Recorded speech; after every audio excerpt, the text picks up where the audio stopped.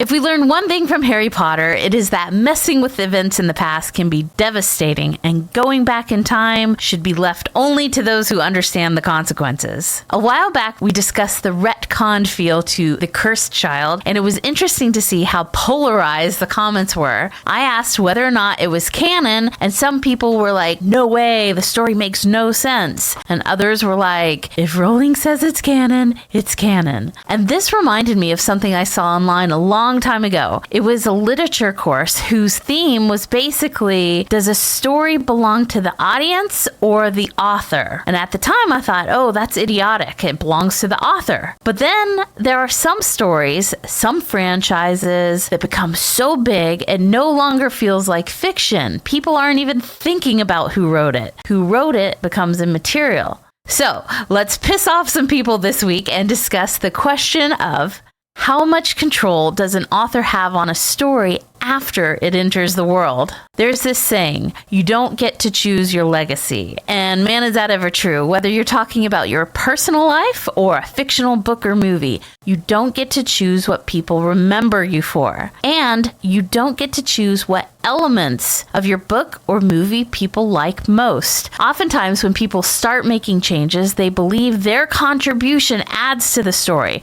But sometimes what they don't realize is that they've overwritten the charm and the appeal of the original. The most obvious argument is when it comes to the author, it's their sandbox, their rules. They created the stories, the characters, the plot. If they want to mess with it, they can. But beyond that, is there a more sophisticated reason altering canon is a positive thing? Well, sometimes retconning stories can right a few wrongs. Writers are people too, and depending on how long a storyline is, sometimes bad choices can be made with the characters that don't sit well with the audiences. Some franchises have benefited from undoing a bit of canon. Once upon a time, Sir Arthur Conan Doyle killed off Sherlock Holmes. His main character, the star of dozens of stories, gone. The outcry from the public was so intense, he eventually brought back Holmes in a new story because the response from his readers was so extreme. And there are many a Doctor Who fan who would love the last few seasons to be retconned out of existence. So, sometimes altering canon can be a welcome change for fans. And sometimes authors or new writers just want to take what's there and build on it. Characters are like people.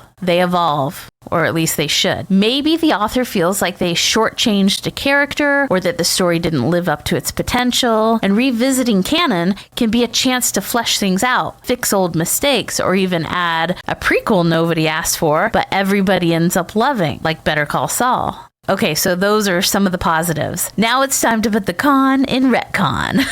When an author takes a well-known story and alters its canon, audiences' reactions can be mixed. Some fans are open to the change, and others feel a strong attachment to the original canon and reject significant changes. For these fans, the story's established elements hold a nostalgic and emotional value. This is especially true when changes contradict core aspects of the narrative or characters, and altering them can feel like a betrayal. And, depending on the degree of the alteration, it could feel like a crime, like something was stolen and broken beyond repair. And this is the importance of giving sequels to people who understand why the story was popular in the first place. And shockingly, sometimes, not always, sometimes even the author is unaware of exactly what it is in the story that people are connecting with. Or sometimes they are somewhat aware, but they underestimate the significance of a certain element, so they don't think twice about overriding it. You take a story that has a massive fan base and you make a sequel or reboot it or whatever it is you're going to do,